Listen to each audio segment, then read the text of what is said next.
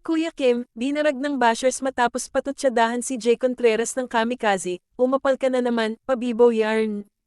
Hindi nagustuhan ng ilang netizens ang komento ni Kim Atienza sa hugot ng kamikaze frontman na si Jay Contreras sa kanyang Instagram post. May cryptic post kasi ang OPM artist sa kanyang IG account na pinaniniwala ang sagot niya sa balitang pagpapalayas sa kanila sa kasiguran, sorsogon ng mismong gobernador ng probinsya. Ayon sa report, nagalit umano si Gov. Edwin Hamer sa nasabing banda matapos tumanggi ang mga miyembro nito na magpa-picture sa tourist attraction ng probinsya na 16,000 Blue Roses. Pumayag daw kasi ang kamikaze nung una silang sabihan tungkol dito pero hindi raw samipot noong oras na ng pictorial. Sana naiintindihan nyo. Hindi ko gusto ta. Kaso sinabi ko nga, may attitude. Hindi na yan makakabalik sa Sorsogon, maniwala kayo sa akin. Maraming banda na gustong magpasaya sa atin. Pero kung gano'n naman yung ugali, pasensyahan tayo. Okay, inuulit ko, bayad yon. Kasi bago mag-perform sila dapat bayad.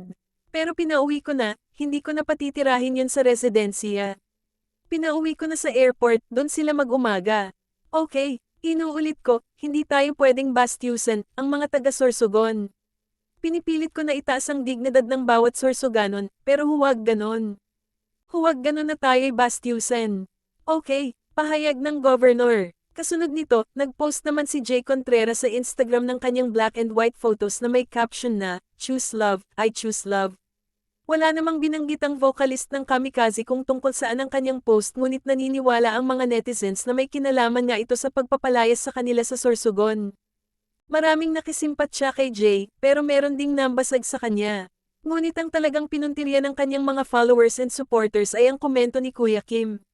Haahaha dapat lang, ang hirit ng Kapuso TV host na may pa-hashtag pang hashtag when you know.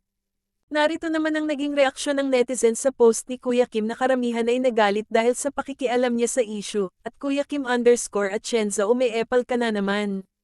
At Kuya Kim_Atienza pabibo naman yarn. At Kuya Kim_Atienza ang makana Kuya Kim. Huho, ba't po kapag may issue lagi po kayong nakakomment? Ask ko lang po, habang sinusulat namin ang balitang ito ay wala pang sagot si Kuya Kim sa pambabasag sa kanya ng supporters ni Jay Contreras.